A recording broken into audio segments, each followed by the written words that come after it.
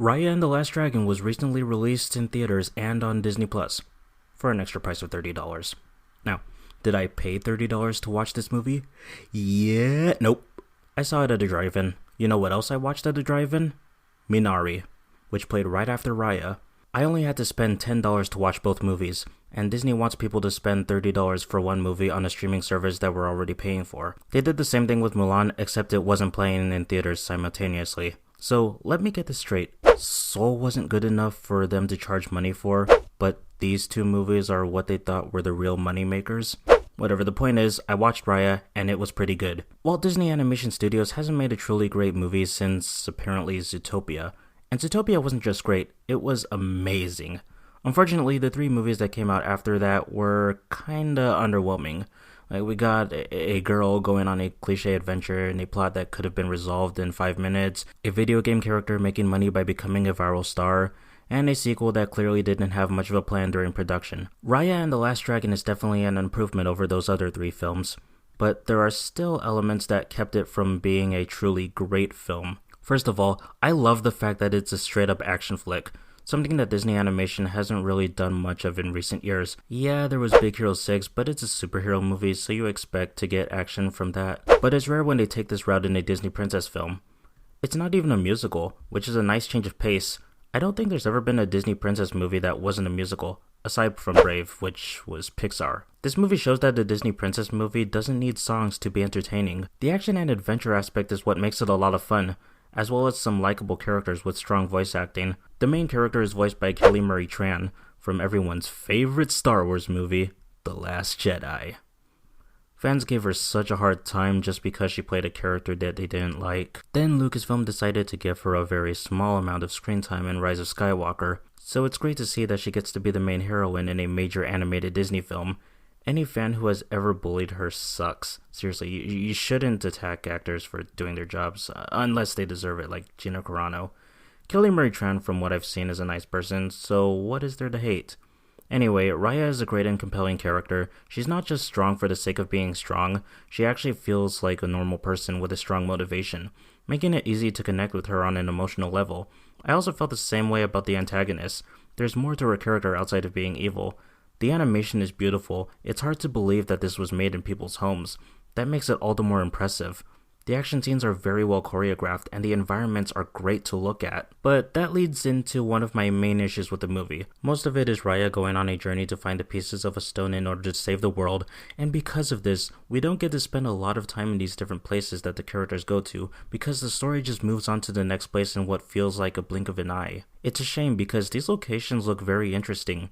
We also get introduced to multiple characters during the journey, but they don't get much development because the movie mostly focuses on having them find the stone pieces. We come across Sisu the Dragon, Boone, a Khan baby, and this guy who I barely remember. Boone is such an annoying kid and has a very punchable face. The Khan baby was admittedly cute. That's all it had going for it though. It's clear that the only reason they needed all these characters is so the climax could work, but they are kind of one-dimensional and not very good. I also thought the comedy was very weak. I didn't laugh at any of the jokes, except for this statement in the credits. Really says something when the funniest joke happens when the movie is over. Not only are the jokes not funny, but there's too many of them. Like, this is a high-stakes movie. They're trying to save the world, yet they need to throw in a joke every few minutes. Mainly coming out of one character, Sisu the Dragon, voiced by Awkwafina. I cannot stand her at all. This is the dragon that is in the movie's title. She is an important part of the film, but she is unbearably annoying and not funny at all. I don't have a problem with comic relief characters, but my problem with this comic relief character is she feels out of place. In Aladdin, the genie had a cartoonish personality that fit with the rest of the movie's cartoonish style. Sisu, however, is down there with the gargoyles from Hunchback, a character making childish jokes in a movie that mostly has a dark tone. Granted, they do have some genuinely emotional moments with her that are pretty effective, but the moments when she tries to be funny are just painful. Something that's been pointed out by many people already is her design, and honestly, I get what they're saying. This design is uninspired.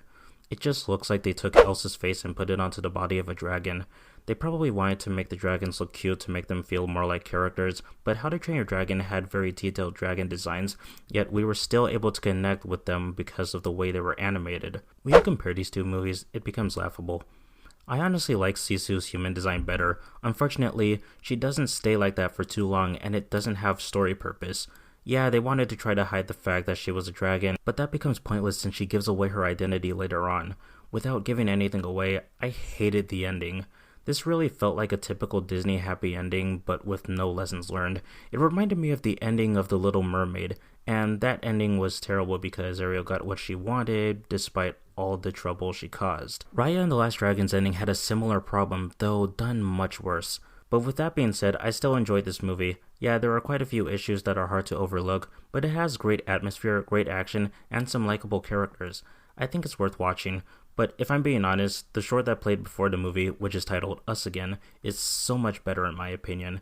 It's about a couple reliving their youth by dancing in the rain, and it has some excellent animation and music, and I was blown away by how much I loved it. It's sadly not on Disney Plus yet, but I sure hope they put it on there soon. I really want to watch it again. Oh yeah, I should also give my thoughts on Minari. I love everything about this. From its cinematography to its characters, it is a masterpiece. I actually cared about those struggles that these characters were going through. The performances from the actors really helped with this. Even the kid actors were really good. It never felt like anything was phoned in. It's a very wholesome film, and it left me in a good mood. I highly recommend it. Anyway, back to Raya. I think it's a pretty good movie overall, but needed a little more to make it better. If you're into action adventure films, this is one that I think is worth watching.